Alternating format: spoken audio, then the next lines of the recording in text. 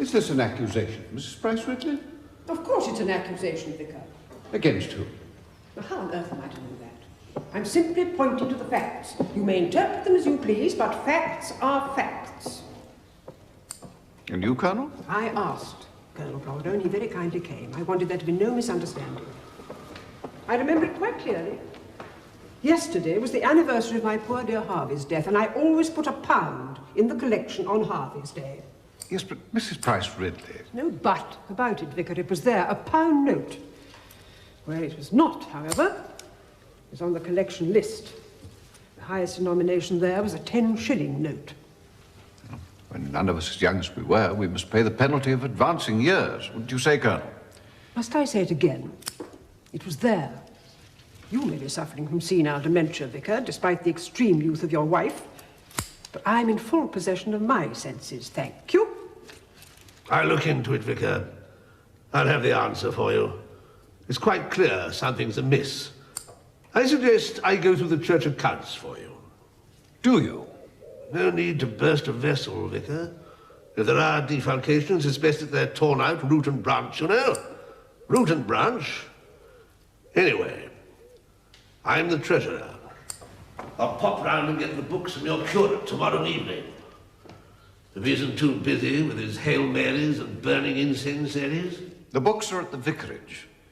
In any case, I hardly see that this warrants a full-scale... Sophie, till tomorrow evening, then. At the vicarage. I should watch that curate of yours, Vicar. It isn't healthy, all that Jesuitical claptrap. I should send him to Dublin or Rome if I were you. He can only do damage in a place like this.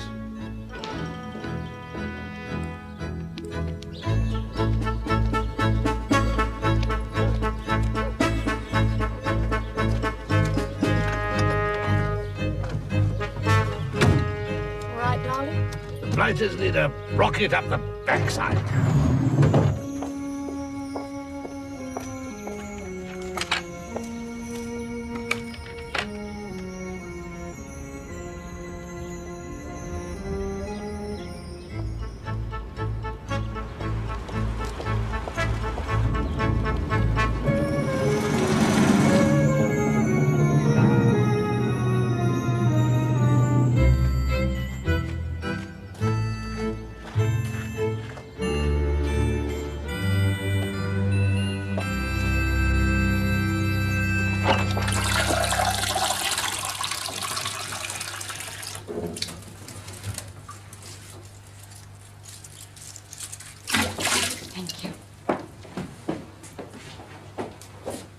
What time does the vicar want lunch? Oh, yes, well remembered. He'll be a bit late today. Yes, that's right. He said he'd be a bit late, so we better have it a bit late.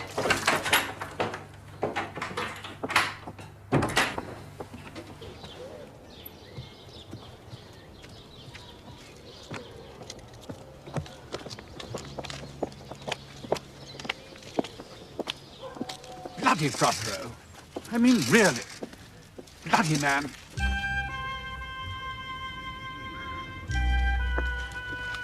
Oh, dear.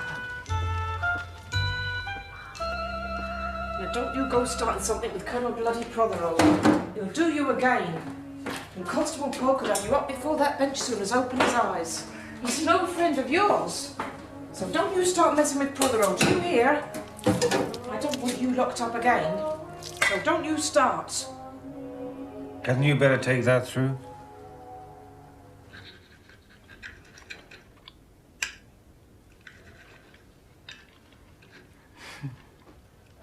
It's a pity I'm such a shocking housekeeper. Mary's clearly ignoring me, and we are to have no greens.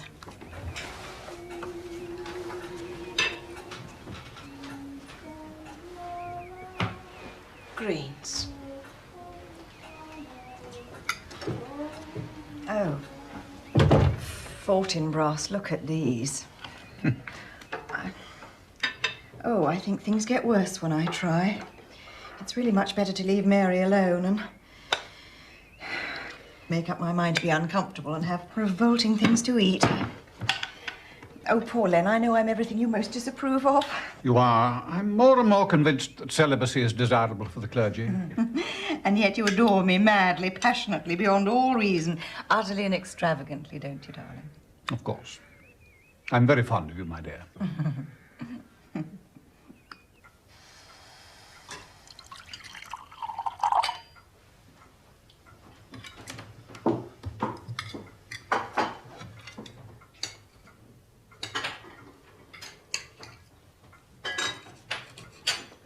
I see that little rat of a poacher has been let out of clink. Bill Archer, back in circulation. Expect trouble. I thought I might go back into the village this afternoon, if that's all right, darling. Oh. Lawrence Redding's been pestering me for more time on the portrait. I've been putting him off, but I really ought to give him a couple of sessions this week. As long as the young sewer doesn't come up here, do what you like. What's happened?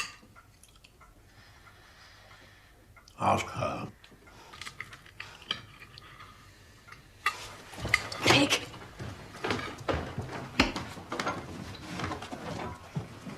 Oh, Lord. You realise that's going to cost me hours of morale building, don't you? What's been going on, Lucius? Behaving like a tart. Can you be a little more specific? That young sewer, Redding, has been painting her with practically nothing on. That's all. Oh, really? I'm not surprised. She's very beautiful. Why on earth not? For a man who's supposed to have seen the world, you really are extraordinarily childish sometimes. At least I'll nail that bloody little papist curate. See you later, Griselda, dear. Oh, yes, yes. Yes, thanks.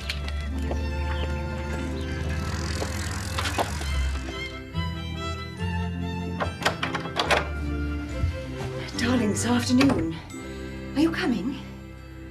I'm sorry, my dear? It's Tuesday. Had you forgotten too? Tea and scandal.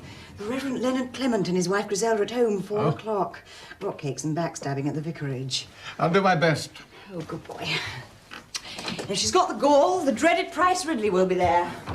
You can both be frightfully forgiving to each other.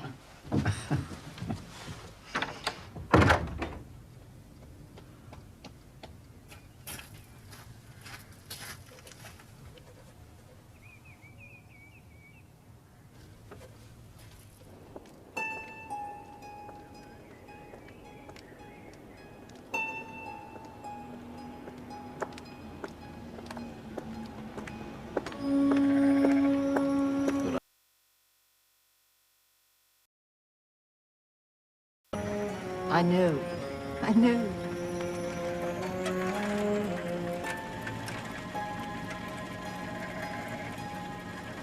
Doctor, I wonder if I might impose upon you.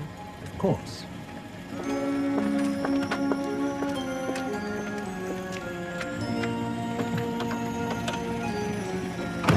Rather busy, you know, that is. It's absurd. Crazy. I was wearing a swimsuit, for heaven's sake. You're too Victorian for bidding a man the house. It's a shriek. Lawrence was practically ill laughing about it. Anne was quite decent, actually. I've usually found that a mother is more broad-minded. Stepmother, matter of fact. Yes, of course. You don't happen to know, do you, who it was my mother ran off with? Nobody's ever told me. I'm afraid I don't. It was before you came here. Oh, yes, I suppose it was.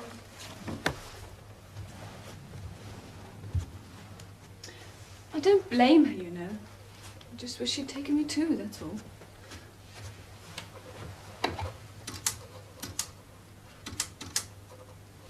Oh, Father can be such a total pig. The world would be much better off without him.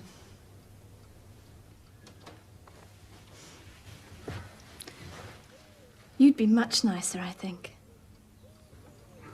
So Lawrence Redding agreed to paint the wretched girl. But he painted her in her bathing costume, which, as we all know, is simply nudity by another name. I should give up on that rock cake, Miss Weatherby. Mary is a little literal in her cooking. I think you know, perhaps I will, Mrs. Clement. Cod in white sauce is so filling. What's the name of that rather smart-looking woman who's taken Littlegates? Mrs. Lestrange. Oh, of course. Why? I just wondered whether she were unwell at all. Well, she looks perfectly all right to me. I've seen Dr. Haydock coming out of Littlegates, oh, quite often. I just wondered.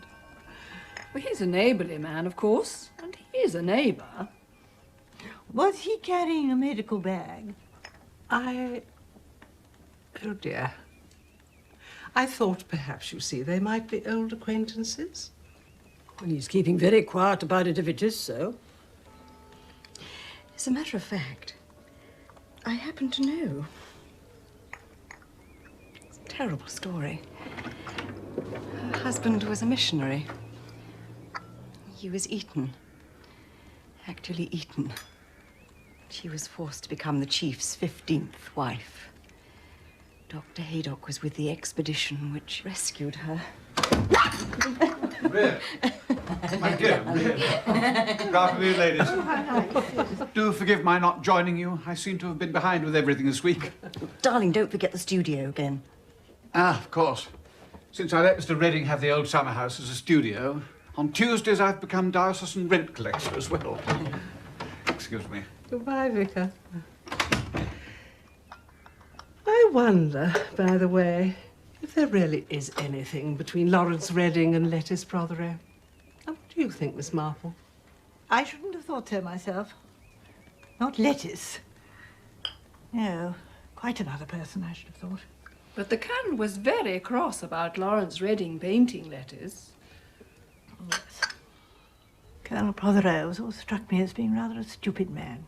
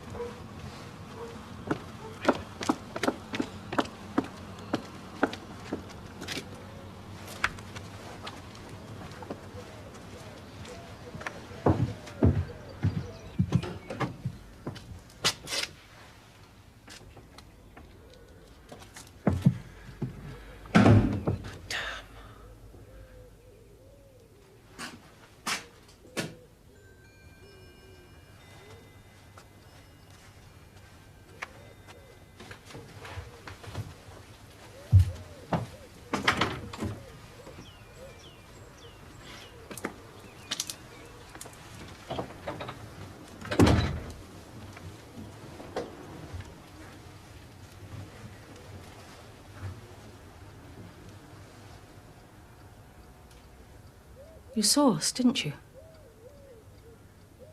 We love each other. I suppose to you that seems very wrong. Do you expect me to say anything else, Mrs. Prothero? No. No, I don't. I haven't... I mean, things aren't what you might think they are. I'm glad of that. I often wonder why not. I don't see how any woman could be anything but miserable with Lucius. I wish he'd drink himself to death. Oh, I know. I thought I heard... Lawrence might have... No. No one. My dear Mrs. Prothero. Oh, no, Mr. Clement. You're very kind. And I know the sort of thing you feel you ought to say. The sort of thing you might like to say. But it's no good. I'm beyond all that. I really am. Thank you. I'm sorry.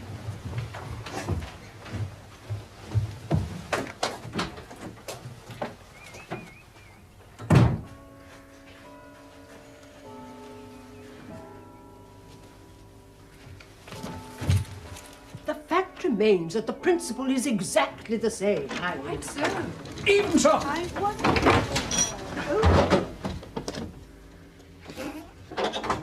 Good night, Major. Good night, thank you. Shebia. Mrs. Canning. Harvey. Right. Oh, Mrs. Lestrange, isn't it? Welcome to our little congregation. Thank you, Vicar. Are you here for a season, or The summer, or? To everything there is a season, Vicar. Quite, and a time. Quite, Proverbs, yes. It's a pretty church, so lucky to have escaped Victorianization. The frescoes must be very old, are they? Oh, yes. 12th century. Fortunate survival. I congratulate you. Good night, Vicar. Good night, Mrs. Lestrange. Mr. Redding. I'd like your advice.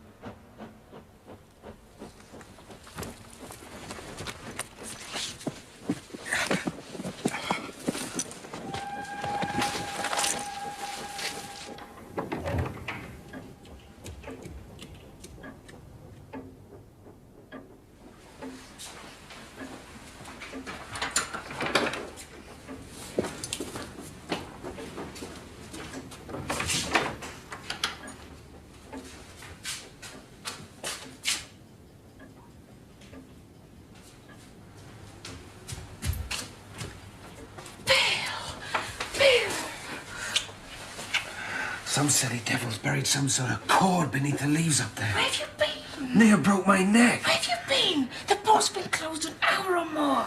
You're so through. That bloody swine, Prothero. I'll have to disappear for a few days. You've not been up to Prothero's woods, have you? What's happened?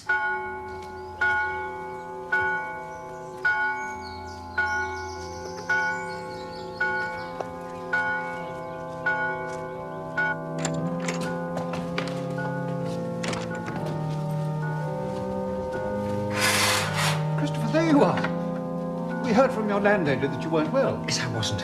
Sorry. Should you be here? Of course. Chatter all night long. Voices all night.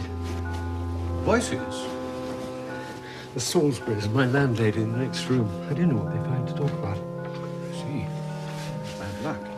Now, are you sure you're all right to take communion? Of course. Of course I am. Mary! Would you tell Mrs. Clement that if she misses this train, the next one doesn't get to Paddington until 12 o'clock? If anybody wants me, I shall be taking a class. I shall be back, sometime. What a day.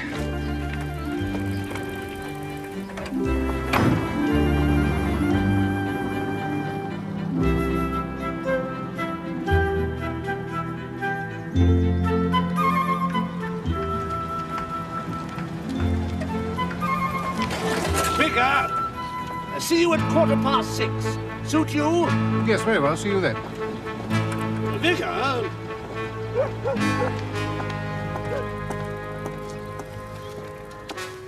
Found that little rat, Archer, trespassing on my land again last night.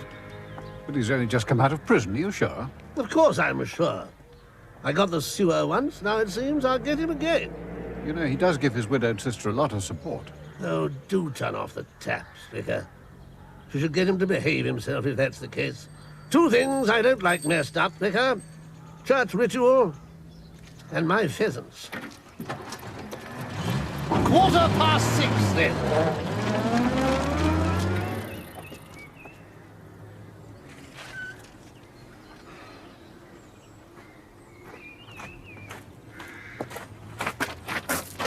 Hello. Hello. I've decided to take your advice. Really? That's the only damn thing to do. As you say, it's bound to get... I mean, there's bound to be talk sooner or later, and if it gets back to Prothero, Anne's position would be... Yeah. So, I'm going to cut and run. My dear boy, I know what a difficult decision this must have been for you. Come in and tell me what you intend to do.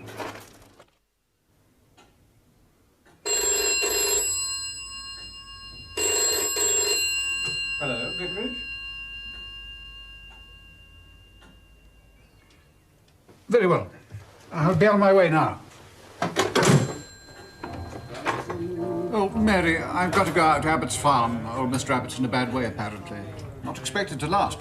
Oh, really? I'm sorry to hear that. So would you see to Colonel Prothero when he arrives? He'll be here at about 6:15. Show him into the study. He can wait there.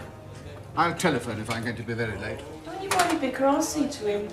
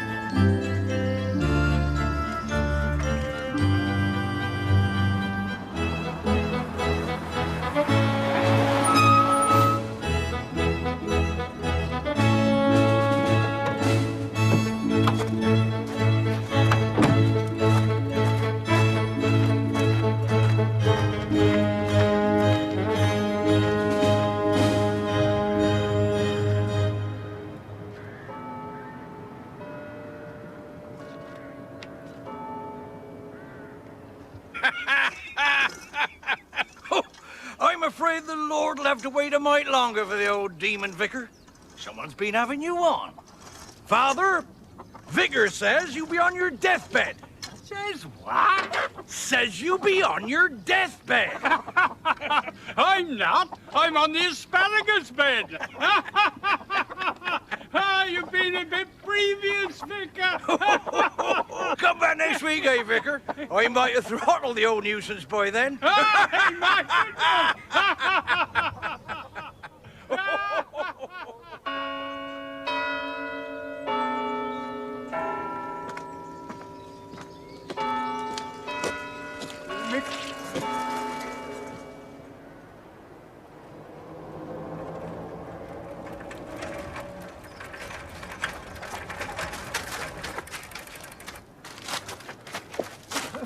Did you want to see me?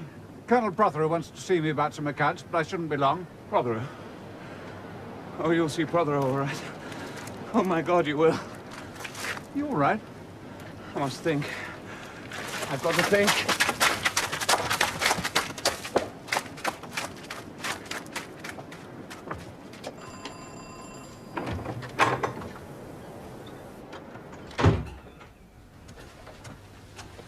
So you're back at last. Was it you who rang? Is Colonel Prothero here? In the study. Been here since 6:15. And Mr. Redding's been too? Come a few minutes ago. Said he wanted to see you. I said Colonel was waiting to see you. Where, he said. Study, I said. So that's where he went to too. Thank you.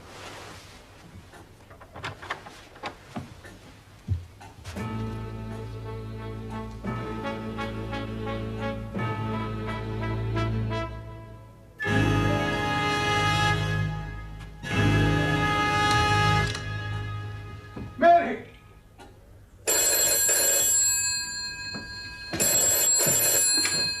Dr. Haydock. This is the vicarage, Doctor. There's been a terrible accident. And Vicar says to come straight over. Certainly.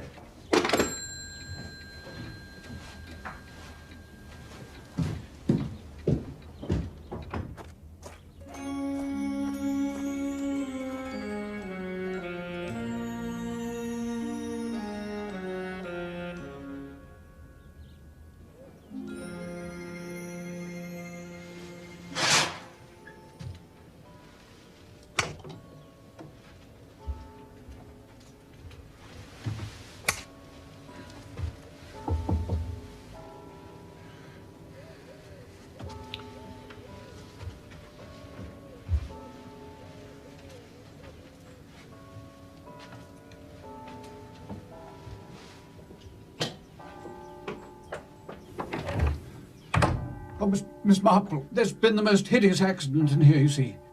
I'm afraid I can't... My dear Vicar, you look quite frightened.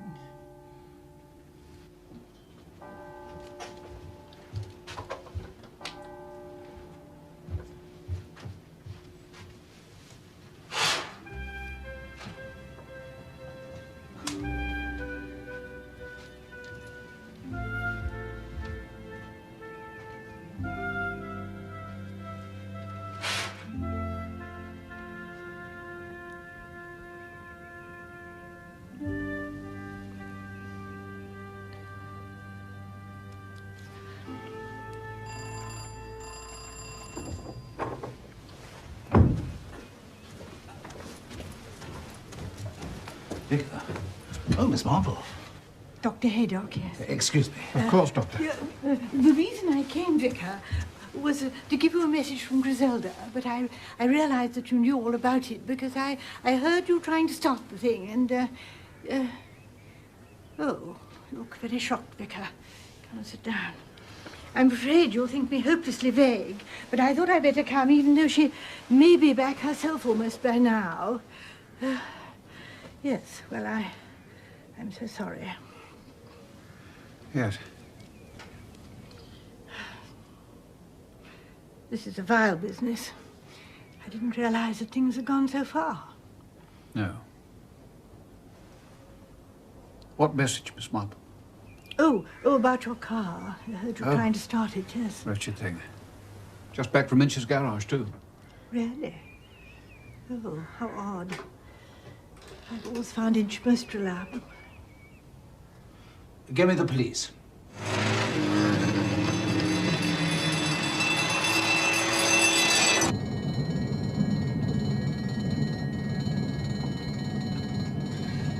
Nice, these new Worsley's, aren't they?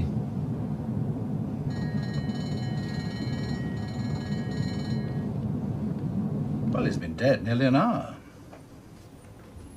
Not later than 6:30.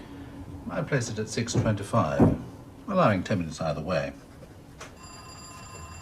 Oh, yes, well... Detective Inspector Slack. Where is it then?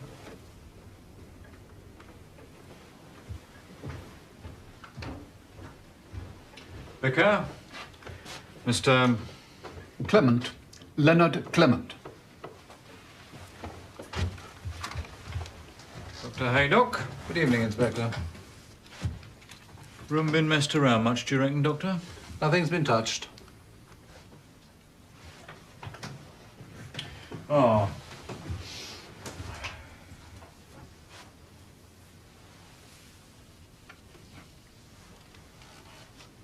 Good. Stopped. At least that gives us some sort of timing. Excuse me, Inspector. Lake, would you mind clearing the room of extraneous personnel? But, Inspector... Now, Lake. Very well.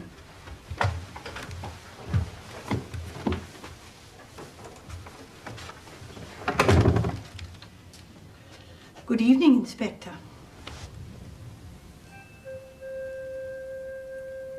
St. Mary Mead. Of course. Miss Marple. I just happened to... Of course you did.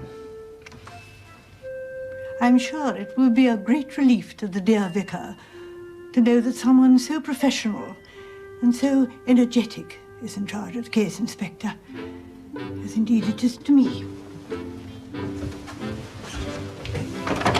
Thank you.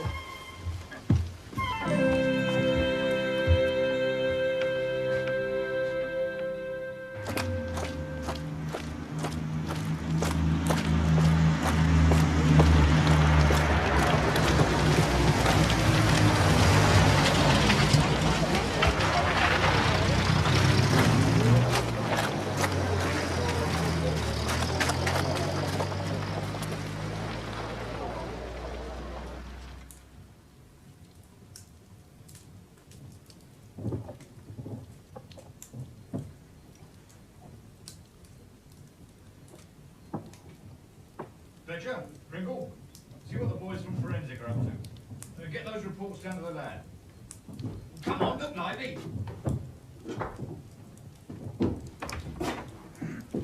Lake. I first came across Inspector Slack, of course, over that dreadful business at Gothington Hall when Arthur and Dolly Bantry lived there. It's rather like one of these diesel engines that are now appearing all over our railways. Most unappealing, but I'm told efficient. Well, I suppose we shall have to learn to live with such things and such people. I think there was something you were trying to tell him, wasn't there, Vicar? Oh, yes. Well, I tried to. Oh, quite. It was about the clock on my desk. It's just that we keep it about 10 minutes fast, that's all. It's meant to get me to my appointments on time. Then it was actually 12 minutes past. In other words, before Colonel Prothero even arrived at the house. So it was tampered with. And another thing, I'm sure you noticed it, Miss Marble. That note by the body, the handwriting, it didn't look consistent to me. Ah, you noticed it. Yes, it was a forgery. Rather a clumsy one, I fear. There's still a lot of people out there. More than there will be to mourn him, I dare say.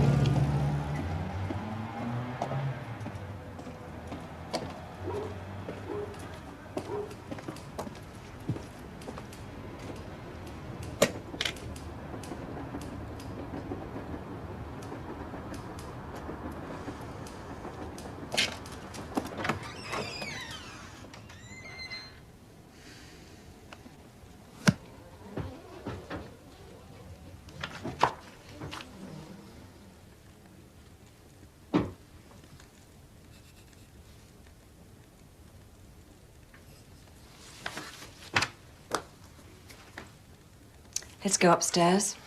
It's been such a horrible day.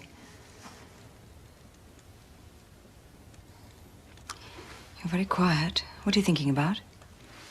I was considering the sin of anger and how this cruel event will change things. We'll never be free of it, you know. How do you mean? I shall never forget what I saw this evening. There's that side of it. And how we shall always be thought of. Oh, yes, the Clements. They had a murder at their vicarage, didn't they? My dearest old thing. What's really wrong? You know that sort of thing doesn't matter. What is it? No. No, it's something... Oh... between me and my maker.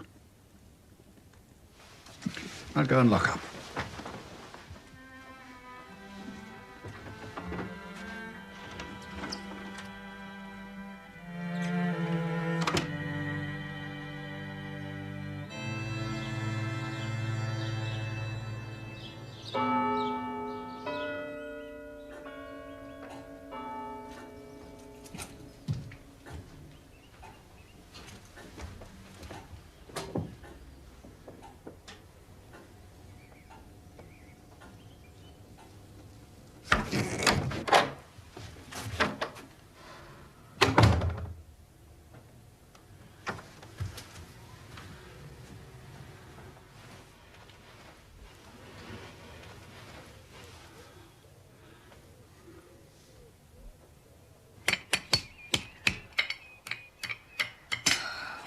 I've told you before, if we managed to find a girl who was good, she would leave us as soon as she could find somewhere better. Mary knows nobody else will touch her. I don't see the point of having anyone at all. Stupid girl.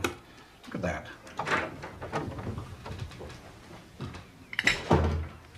I've just been talking to the baker's boy. They arrested Mr. Redding. What? Arrested Lawrence? There must be some stupid mistake. No mistake about it.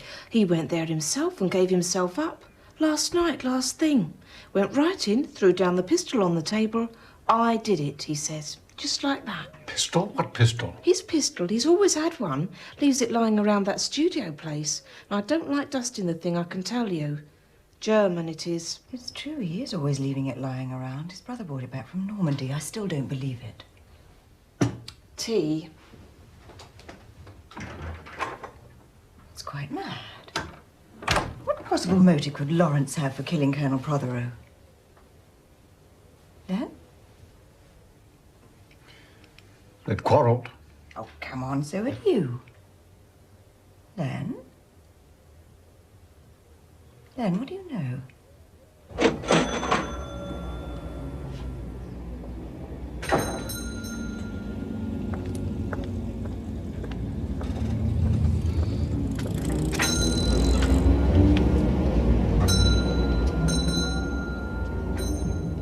All right, then.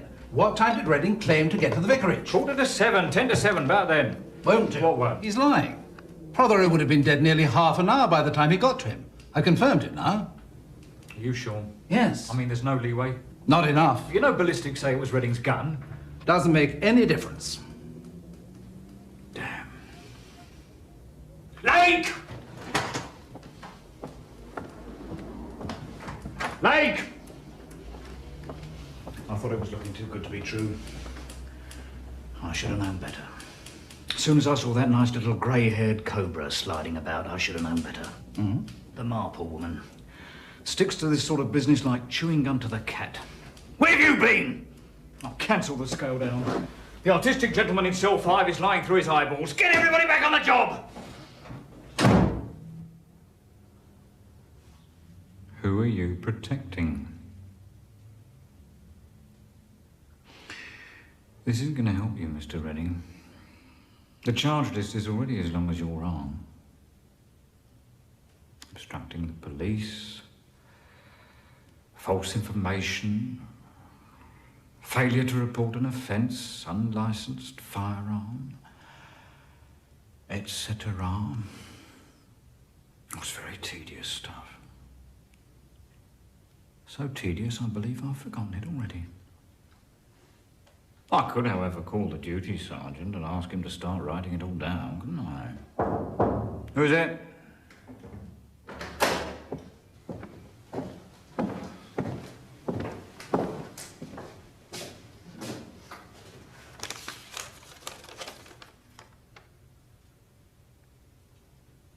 Oh.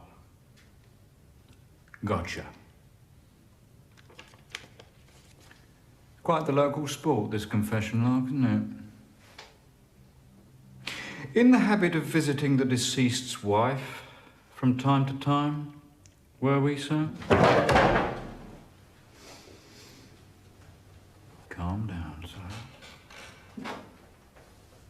I only wanted to know who it was you were protecting. If he's still on the premises, ask Haydock to meet us there, would you? Both the WPCs are out.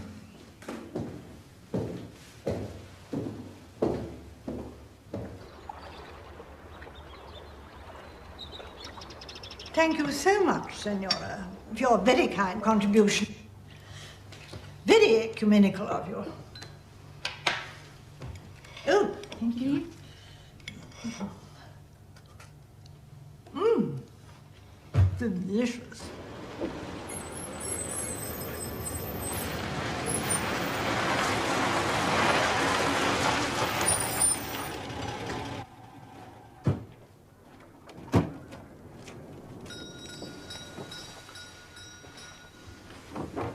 They'll be here in a minute. I'll explain everything then.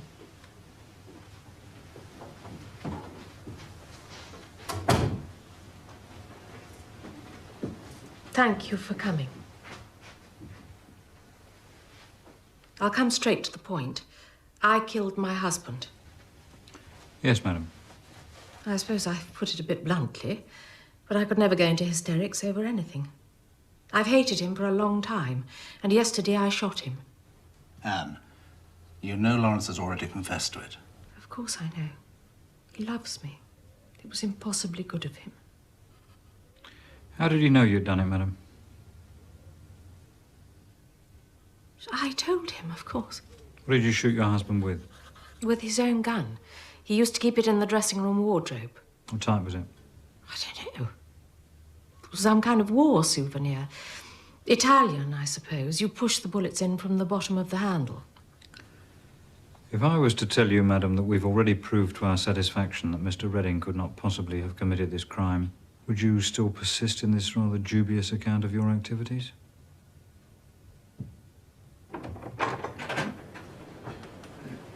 Oh, while I remember it, Lake.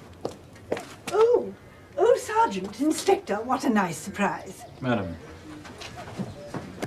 I wonder I wonder if I might impose upon you for a small contribution to our church restoration fund. A halfpenny or two would do. Such a vigorous appeal in the early days. But to tell you the truth, I don't think Mr. Hawes, the new curate, has helped. A little too spiritual, if you know what I mean, for a curate. Yes. Oh, thank you. Perhaps that's it. Yes. Thank you. Very generous. Now then, have you persuaded Mrs. Prothero and Mr. Redding that they couldn't possibly have murdered the Colonel? I think it's about time they started to tell everyone the truth, don't you? Well, I presume that's why you're here. Miss Marple. Did you know that Mrs. Lestrange visited the Colonel on the afternoon before the murder? Dr. Haydock drove her up. Now, I find that very interesting, don't you? I think it would be a good idea, Miss Marple, if I dropped round later and had the whole story from you. Oh, sure you're far too busy to listen to my little ideas, Inspector. No one can accuse me of not being thorough. Indeed. I suppose it's having an ear for gossip and a talent for a bit of blind guesswork, really. What is, Inspector? Stops your little ideas being a waste of time. Well, I don't think I've ever been complimented quite like that in my life before, Inspector. Don't mention it. Now, would you like a flag? Thank you.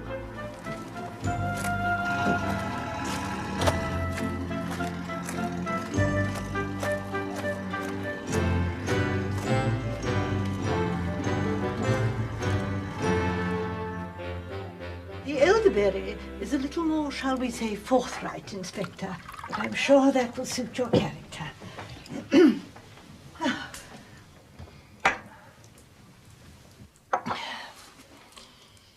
Oh, now let me see. Where was I? In the garden, madam, attending to your Botanica grandiflora. Oh, yes, yes.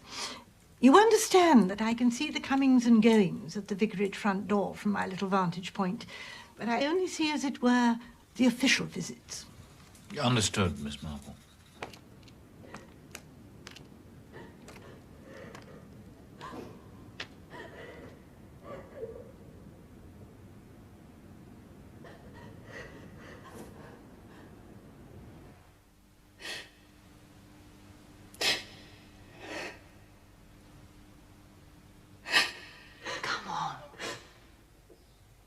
See it through.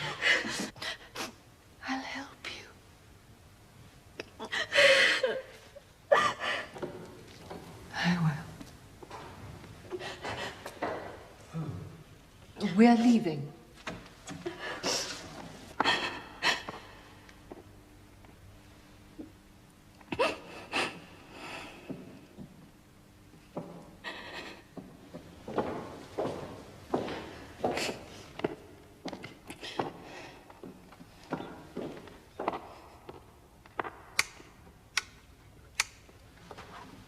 Mrs. Prothero was first to arrive at 6:15, but that is approximate, you understand. She was coming down Back Lane from the square. Good evening, Miss Marple. Oh, good evening, Mrs. Prothero. On her way to meet the Colonel at the vicarage, I understand. Well, perhaps it was that, anyway. You know what dresses are these days. Nothing could have been hidden under it, you know. Certainly not a gun. She went round the side of the vicarage towards the study, presumably to see if the Colonel was there yet. And I suppose he wasn't, because she came back almost immediately and went into the old summer house Mr. Redding uses as a studio. Excuse me, madam, we've been taking some statements and... Yes, Sergeant.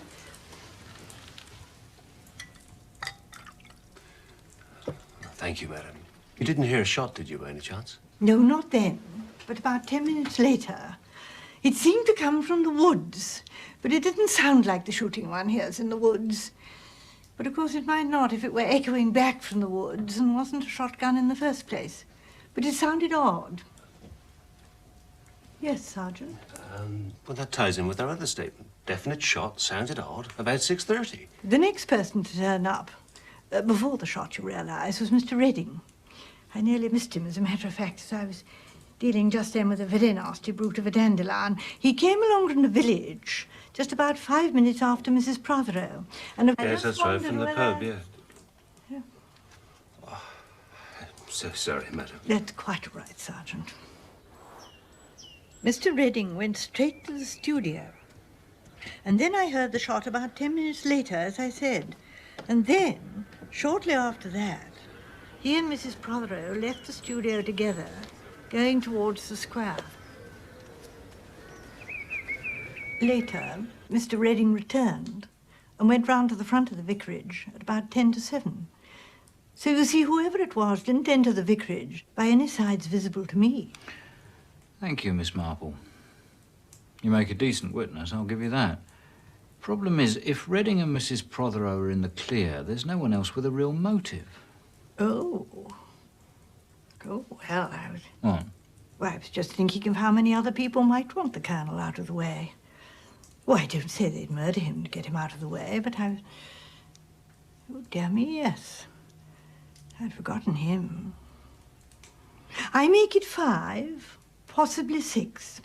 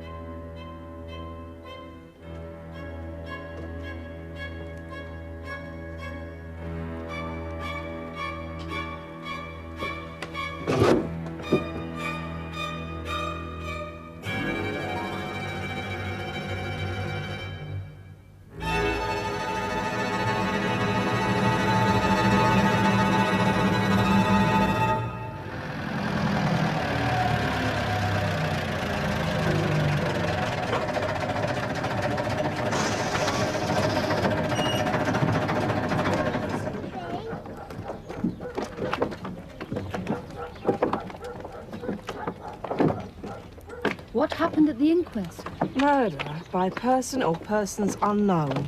Well, we all knew that, didn't we?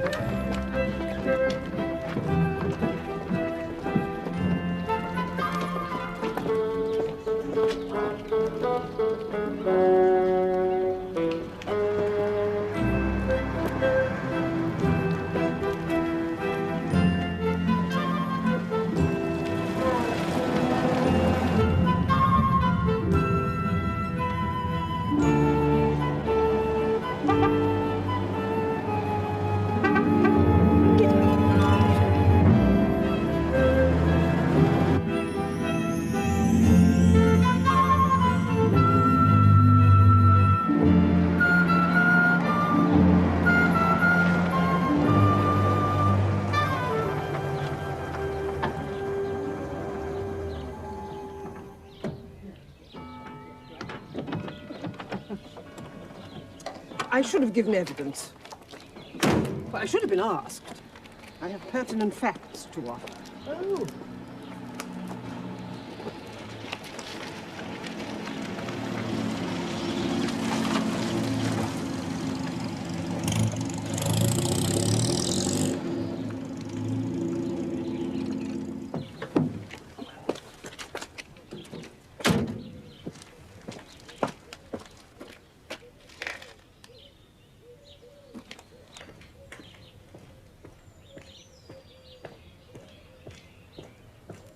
Ladies?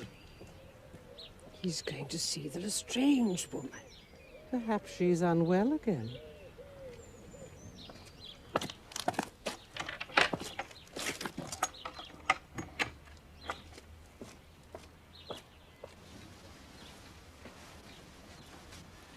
I didn't mean you to get up.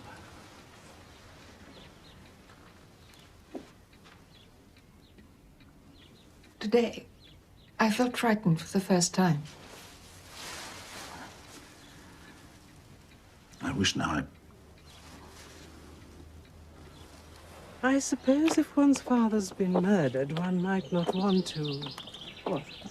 Lettuce, a dreadful child. She wasn't at the inquest, that's all. Hardly a child. She's old enough to be a little T-A-R-T. Like daughter, like mother. Well, stepmother.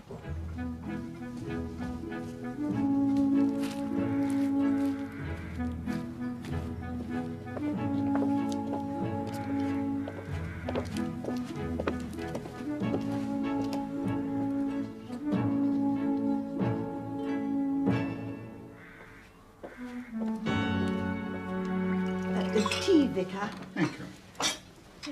Oh, are you sure you won't stay for tea, Mr. Halls? What? No, thank you. No, thank you.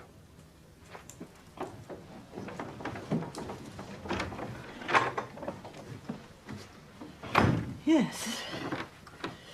Oh, dear. Well, for all inquests like that, I was expecting the whole thing to be much more detailed. The police played their cards very close to their chests, don't you think, Miss Marble? Well, such cards as they possess. Inspector Slack isn't very good at listening. No doubt he'll learn. In a village, one can learn a great deal by listening.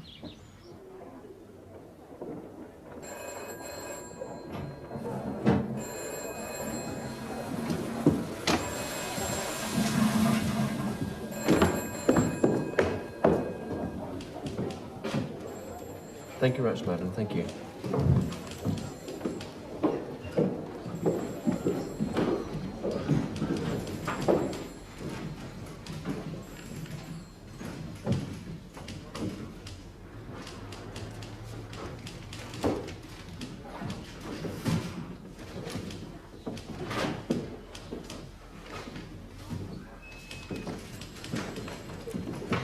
Just a minute. Wait for it.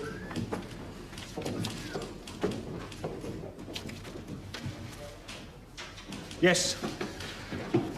5:30, Colonel and Mrs. Prothero leave out Hall by car. At approximately the same time, the vicar receives a hoax phone call to go to Abbott's farm. And his car had been tampered with, right. So he's out the vicarage by 20 to 6, say. Yes. Between 10 past and 6:15, Colonel Prothero arrives at the vicarage. He's shown through to the study. And about 5 minutes later, his wife turns up, comes via the garden going towards the study. On Miss Marple's authority without a gun? Yes, but almost immediately comes back and goes across to the studio. A couple of minutes later, her lover Redding turns up. They both remain in the studio. And the shot comes 10 minutes later? Good. And Miss Marple saw all this? In her garden the whole time? The police didn't even mention the clock. Well, it would only have confused things. It had obviously been tampered with, so as evidence it was quite useless. No, it was their treatment of the note by the body that surprised me. The handwriting expert seemed to know his onions. Oh, yes. It was obviously a forgery, but we didn't need an expert to tell us that. No, the thing was all wrong anyhow. How do you mean? Well, do you remember what it said? Dear Clement, I'm afraid I can't wait any longer. Well, that's nonsense. You'd only been there a few minutes. No, it was a forgery. Rather a clumsy one. I'm afraid we're not dealing with anyone with any degree of subtlety. Right. If we've proved that the Prothero widow and her fancy boy Redding couldn't have done it, who does that leave? Prothero's daughter, Lettice, out playing tennis. Claims she can't remember when she left. Other witnesses prove that she had time to get there and do it. Loathed his guts. Stands to inherit. Then that woman Lestrange visited Prothero the day before. Servants overheard some kind of shouting match. Obviously, there's a connection. And she had opportunity. Haydock.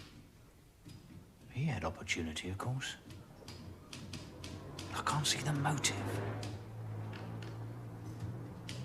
So...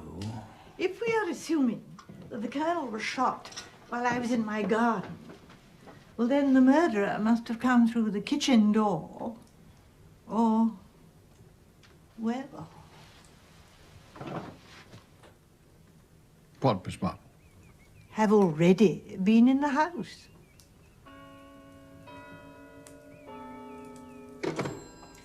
Excuse me, sir. What? The gun, sir. What about it? Well, it was nicked from Redding's studio, wasn't it? Well, the vicar's maid cleans the place. And the Colonel had threatened to chuck that Archer bloke back in Chokey for poaching. He was only out on parole and he had a bad time inside, they say. Well, according to village gossip, Archer's having a bit of a thing with the maid at the vicarage. Is he, by God? Right.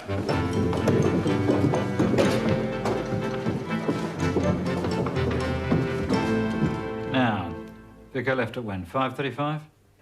Good. About then. What do you mean about? It's very important to be precise. Well, I didn't know anyone was coming to shoot the old swine, did I? Didn't you? And what does that mean? We'll come to that in a minute. No, we won't. We'll come to it now. What do you mean? Yes, Inspector. Do you have any specific charge? I manage, thank you, Vicar. And what do you mean? You know what I mean. There is a certain man with whom you are conducting a certain relationship. If you're talking about Bill Archer, you say so. Yes, I know him, and better than most. Better than most. Have you got a note of that, Lake?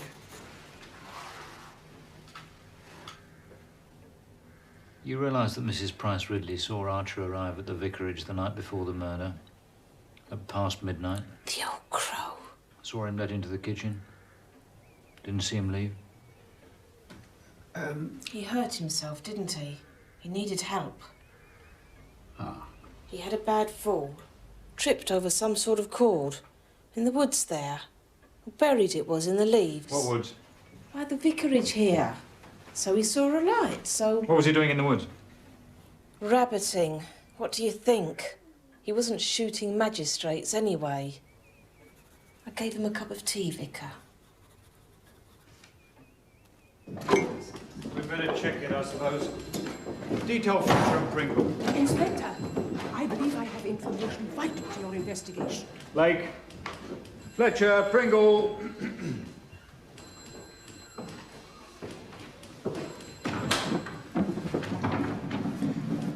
Now then, madam, what can we do for you? There was a man in my shrubbery. I distinctly heard him sneeze.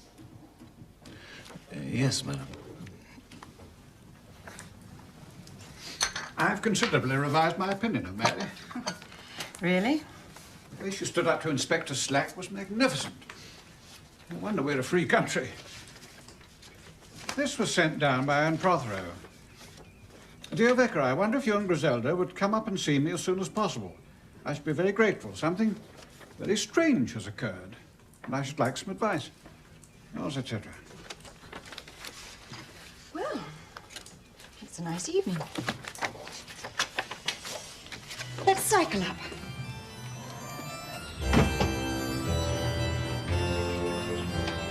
Good evening, Vicar. There she goes. Tail up. Nose down.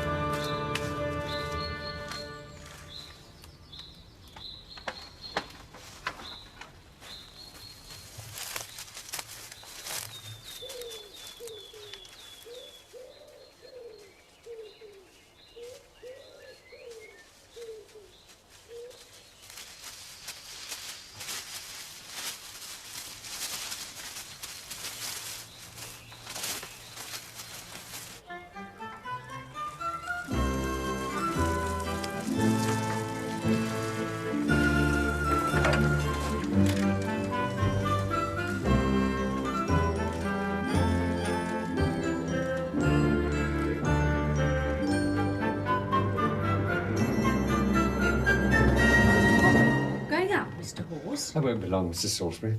So you'll want your tea then? Please, please, I'm just popping round to Dr. Haydock's.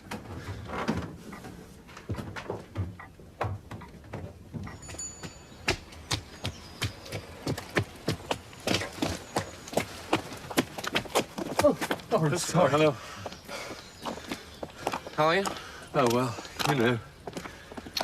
Quite.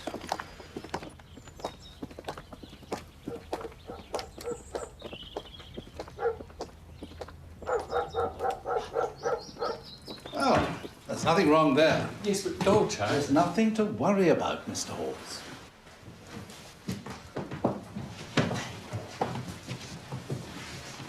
Now tell me, how exactly does your difficulty in sleeping manifest itself? Well, it's not really me, Doctor. It's my landlady and her friend. They talk. I can hear them through the wall. I hear snatches of what they're actually saying, but whenever I hear my name and try to listen, they whisper and I can't hear a thing. And this goes on at night? Yes, only at night. It usually starts as soon as I try to go to sleep. I'm going to prescribe you some powders which are a bit of a relaxant. Right.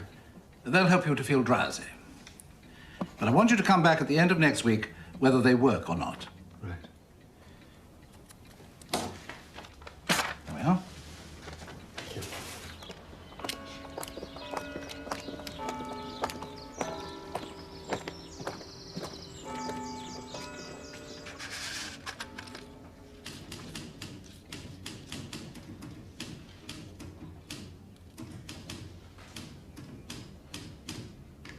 So something was nailed up between those trees. A rope, let's say. But why? Suppose these poachers are like natives in the jungle. They always follow the same trails through the woods. But why should anyone... Nah, it's just another ruddy mystery to chalk up. What did that Price Ridley woman have to say for herself?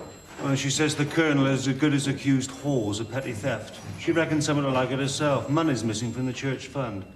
Oh, yes. And she thinks she heard the murderer in the shrubbery. Reckons she heard him sneeze. So all we got to do is find someone with a snotty handkerchief. I was out in the garden replenishing my bird tray when I heard him. Well, I thought, that's someone who has no business being where they are. So I crept indoors and I went upstairs to my bedroom. You see, I can see into the shrubbery from there, but when I got there, he disappeared. I think it was Archer. What do you think, Jane? Miss Marple. I brought it down here because, well, I don't know why. I wonder if you'd mind taking it away for me. Of course not. It's horrible. I suppose it shouldn't be destroyed, you see, in case it's connected in some way. I'll come up and fetch it tomorrow. I don't even know who it's of. It's such an unpleasant incident. I'm sure it isn't a portrait of anyone I know. Why should it affect me? On top of everything else. Oh, I know. It's like an attack on someone, a desecration. It makes the place even more difficult to... Oh, Juan and his wife are very sweet, but... Why don't you come and stay with us? May I? Perhaps. After Lawrence has gone. I've sent him away, you know. He'll be gone as soon as he sorted out the studio.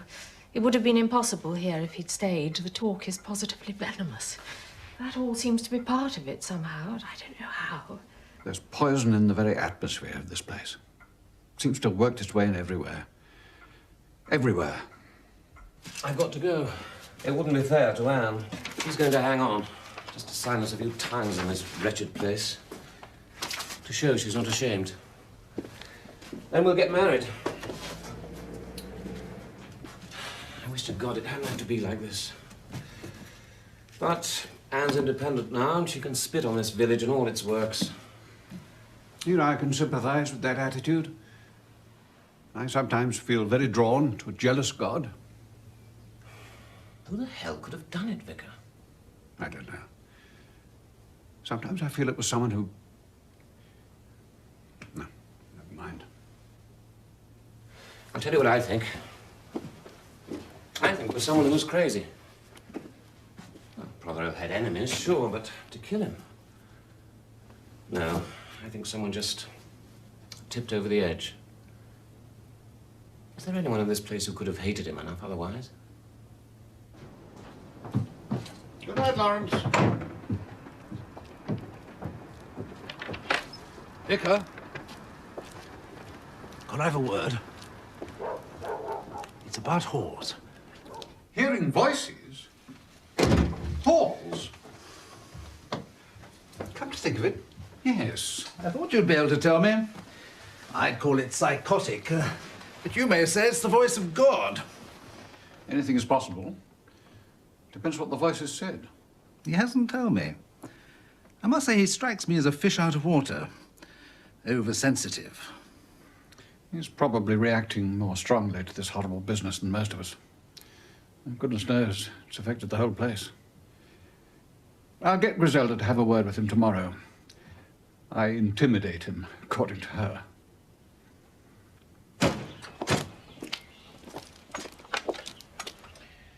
Now, the day before the murder, you got Dr. Haydock to drive you to the old hall? Yes, I did. To speak to Colonel Prothero. Can you indicate to me the nature of that interview? No. I'm afraid I must insist, Mrs. Lestrange. No, Inspector. I will assure you that nothing which was said at the interview could possibly have any bearing. We have statements to the effect that this interview got very acrimonious. Colonel Prothero lost his temper, certainly. But then he was prone to that. I am not. And I didn't. And you won't tell me what was discussed? No.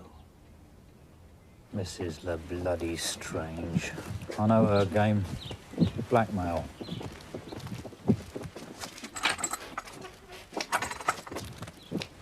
She was blackmailing Prothero. He refused to pay, threatened to expose her. Inspector? Have you been questioning Mrs. Lestrange? Trying to. Could I have a word in confidence?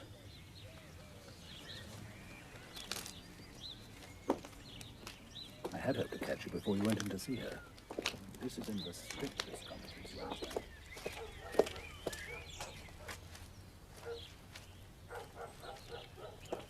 We have to ask ourselves the question, did Pugin and Morris work and die in vain? Are we to banish beauty like the iconoclasts of the Commonwealth? Among the most evil men who ever lived, I may add. The enemies of beauty are the enemies of God, you know. I agree. Oh. You want to go, I'm sorry. Thank you for bobbing round. No, it was a pleasure. Look, are you sure you're all right? Yes, of course. I'll see you at Matins tomorrow.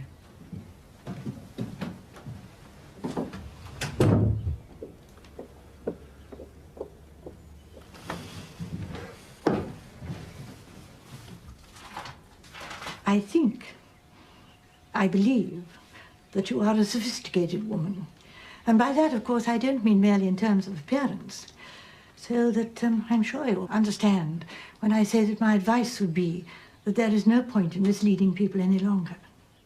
I understand, of course, it was necessary when you first came for everyone's sake, most especially the child's. But now everything's changed, hasn't it? Especially as you seem to have told her anyway. So I think you should let it out in the open now, before it causes some dreadful problems. What are you saying, Miss Marble? Lettice is your daughter, isn't she?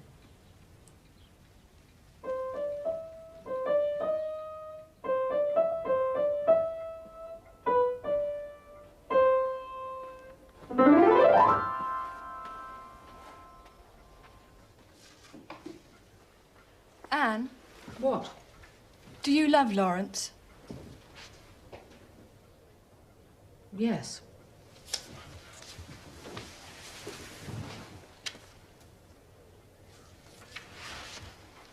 I'm sorry. It's all right.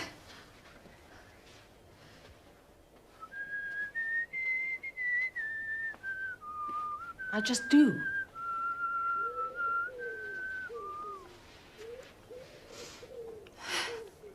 I don't mind.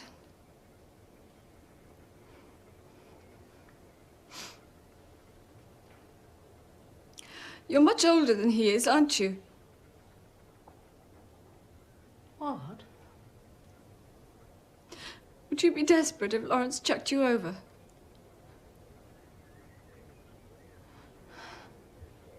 You did it, didn't you, Anne?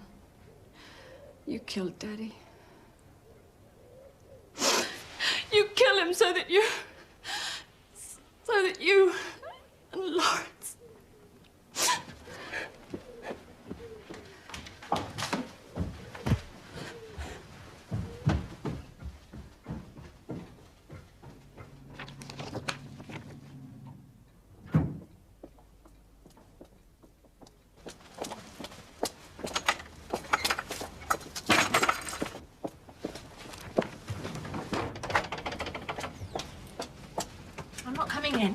I've just come to tell you to keep your bloody daughter out of my life. And tell her to keep her bloody stupid ideas to herself. There's a law called criminal libel in this country, you know, and I'm damned if I'm going to have my name smeared by a half-witted little tart like her. Oh, you poor thing. Don't worry, Lettuce is coming to stay with me. Oh, come in.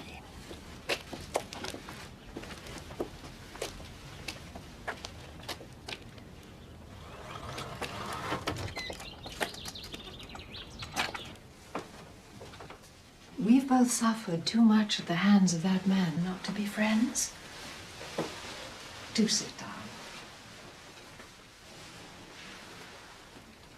He's out of the way now. I can see my daughter, and you can recover yourself. Why are you being... I don't understand. Because I'm dying. This will be my last summer. Here's my doctor. You can ask him. It's true. I'd give anything for it not to be. The portrait. It was of you, wasn't it? Yes. You must forgive Lettuce for that. I don't think she meant you to find it. She was frightened that a connection might be made between me and Lucius, and that the police might become bothersome. Maybe she thought I actually killed him. Wouldn't it be simple if I had?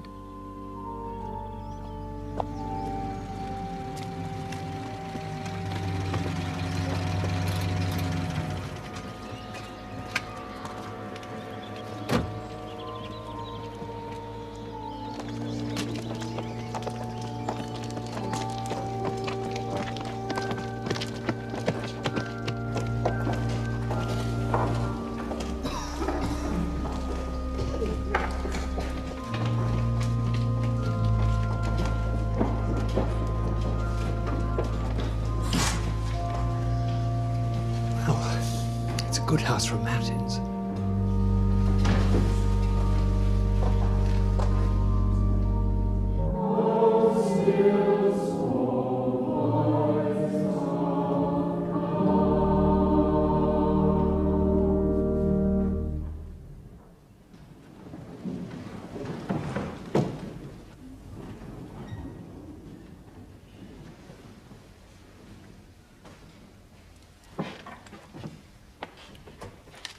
My text today is taken from Psalm 15.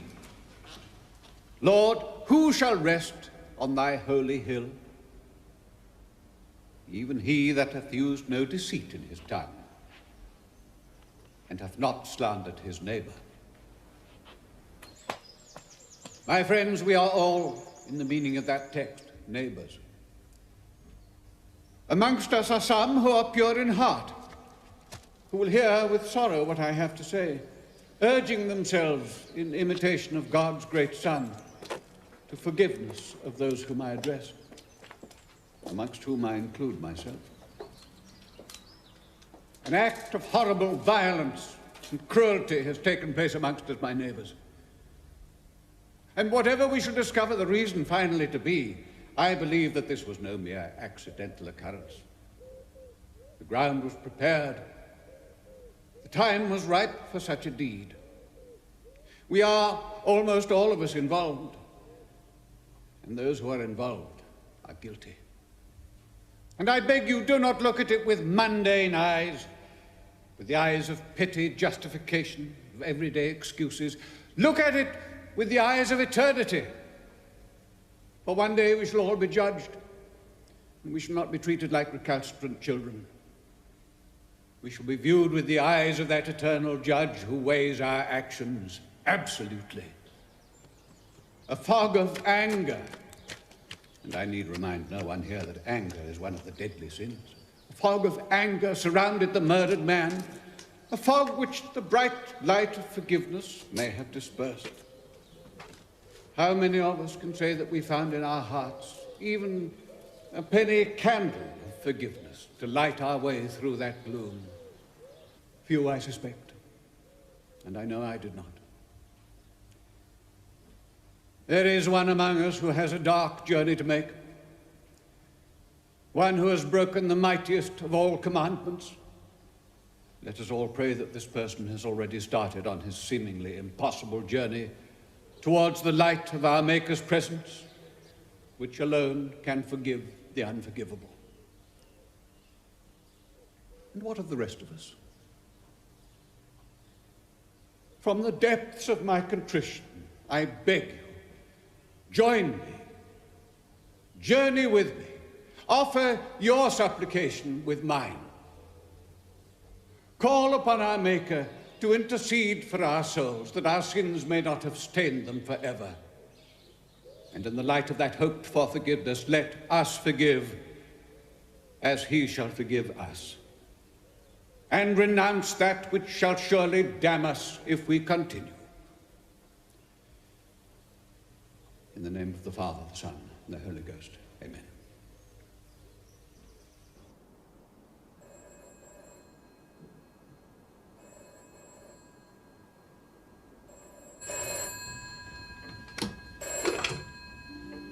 Hello, Vicarage. Hello?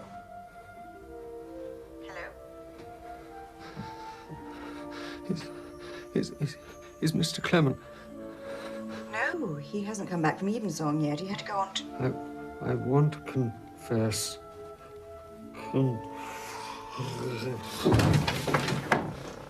Hello?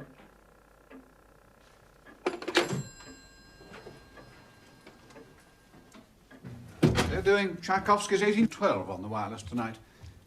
And for the salute of cannon at the end, they're having some real guns going off in the park across the road from the Albert Hall. Wish I had one of those recording machines like young Redding has. Miss Marple? Oh, cannon, you say? Most interesting, yes. Vicar, you've rearranged your room. Yes, sir. I thought the memory of that awful evening might perhaps be dissipated if I... And your fine aspidistra, was that always in this room? No, that was out there in the lobby. Oh, yes. Yes, much better where it is. Hello, Vicarage. Clement here. Hello, my dear. Yes, of course. Right away. Hawes has attempted to take his own life. Oh, thank you, Mrs. Salisbury. The doctor is on his way. He's very weak. I'm most surprised. Mr. Hawes? Look at this. It's what Colonel Prothero was writing before he was killed. It accuses Christopher Hawes of stealing from the church fund. Oh, dear, dear, dear. Well, that must be it, mustn't it? That must be the real note. The other was a forgery. Oh, yes. This is the last mortal thing he did. Hawes was trying to telephone to confess. Christopher Hawes, a murderer. It's frightening. Well, it depends, doesn't it, on what he wanted to confess to. And if he really did want to confess, why did he try to kill himself before doing so? If he did... Did? Tried to kill himself. Oh, I'm sorry, my dear. I'm just trying to get used to how stupid I've been. They're upstairs. Oh. It looks, Doctor, as if he had taken an overdose of those powders which I see you've given him, but I beg you to keep an open mind on that. I believe, you see, that it was meant to look like that. What do you reckon? God knows. possible. Anything's possible in this damn business. Curate could have done it. Doctor could have done it. Church cat could have done it, as far as I'm concerned. There's only one thing about this business that's certain. Wherever you turn, there's one person who'll always be there. Good evening, Inspector.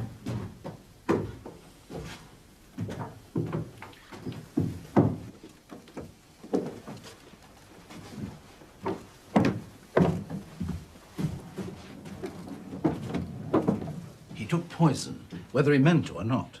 The tranquilizers I prescribed couldn't have this effect. They were muscle relaxants, basically. And their color looks slightly wrong. I'll get them analyzed. Anyway, it's touch and go. Excuse me.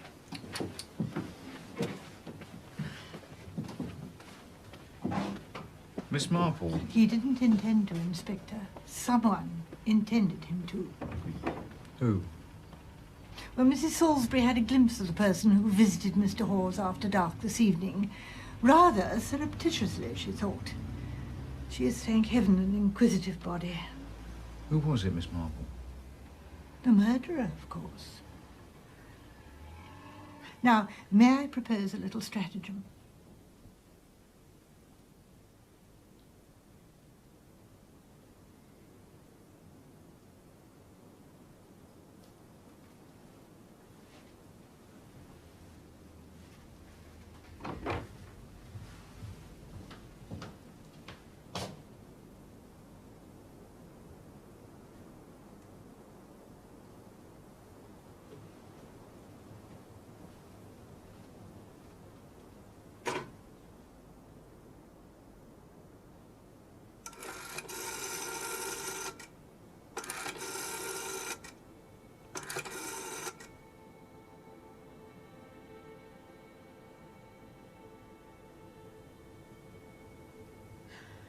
Oh, that's right.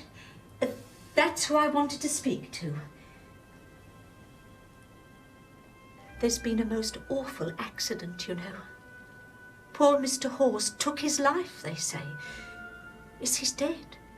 Or good as? Won't ever come out of it. They reckon he'll be dead before the night's out. Oh, they've all gone now, thank goodness. Police were here. Everything. I didn't tell them that I saw you come round earlier. I thought you wouldn't want to be mixed up in it. But as you were a friend of poor Mr. Hawes, I thought you'd like to know.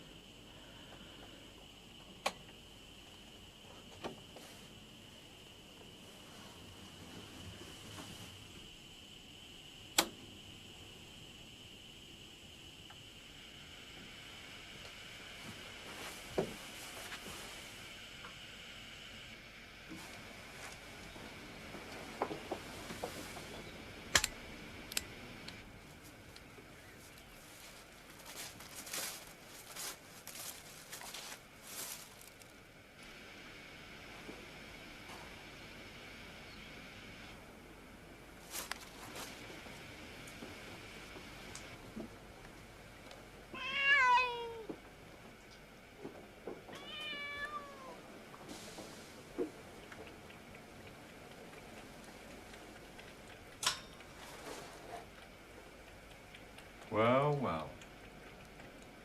Mr. Redding.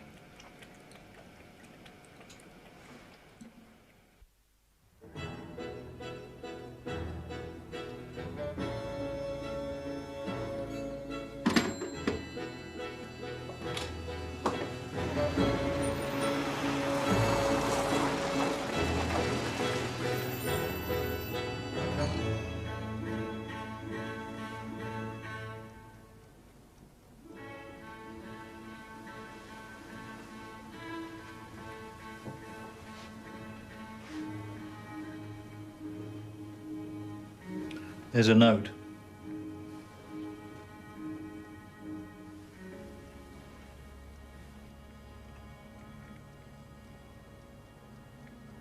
May I see it? Oh, thank you, Inspector. Yes, oh dear.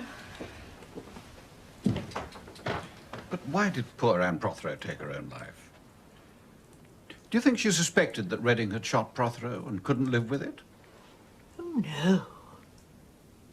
Oh, no, no, no. What she couldn't live with was the fact that she was the murderer.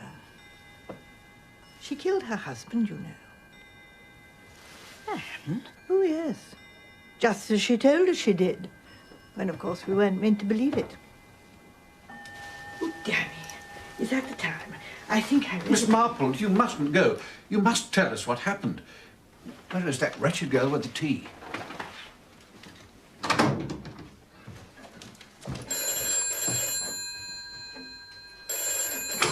Hello? Vicarage?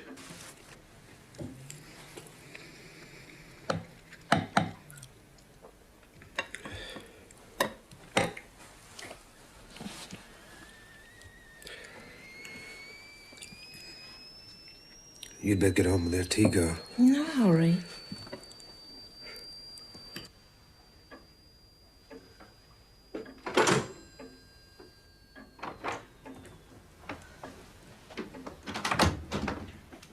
You'll be glad to hear that Christopher Hawes has regained consciousness and is out of danger. Oh, thank goodness for that. Oh, yes, indeed, yes. Oh, now do sit down, then.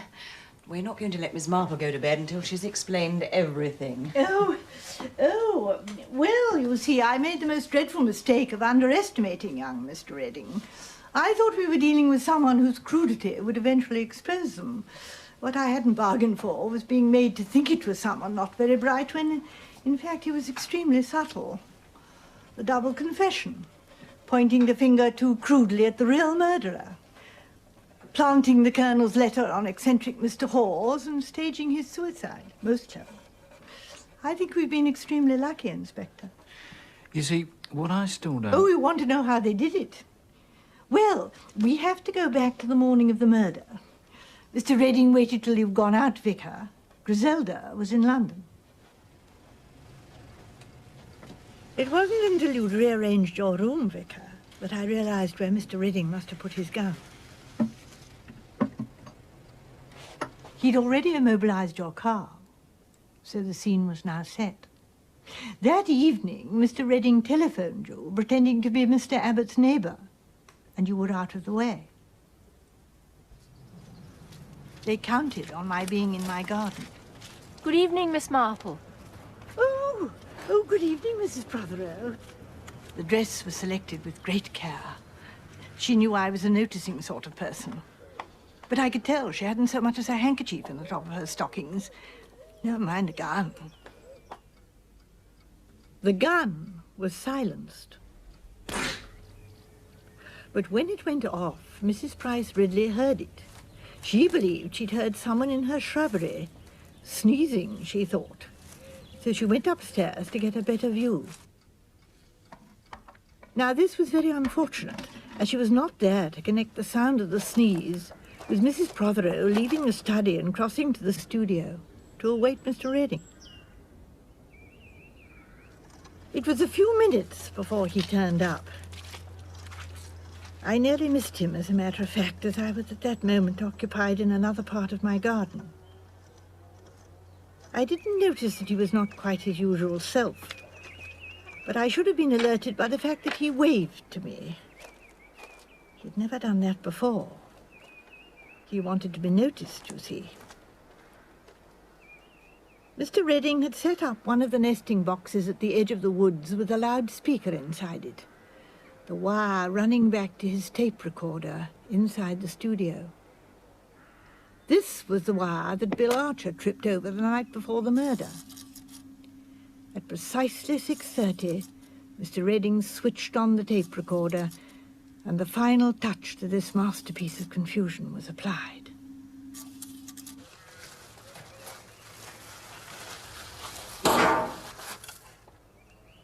The shot sounded odd, so it took my attention. Mr. Redding was relying on the fact that a gunshot inside a room which then echoed outside would sound odd.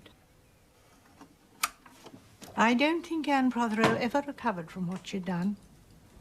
In Mr. Redding's company, she might have forgotten occasionally, but I think she realized she'd destroyed her life. Oh, she had wealth and freedom, of course. She tried to save Lawrence Redding to the last. Well, I must say I'm glad she didn't succeed. That would never do. Tea. Oh, and some of your rock cakes. How thoughtful of you.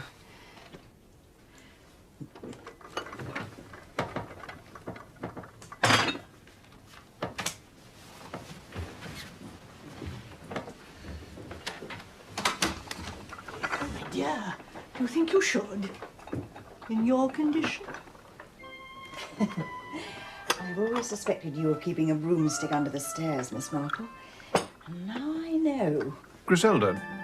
Yes, Len, darling. What, I mean, condition? A little Clement is forecast.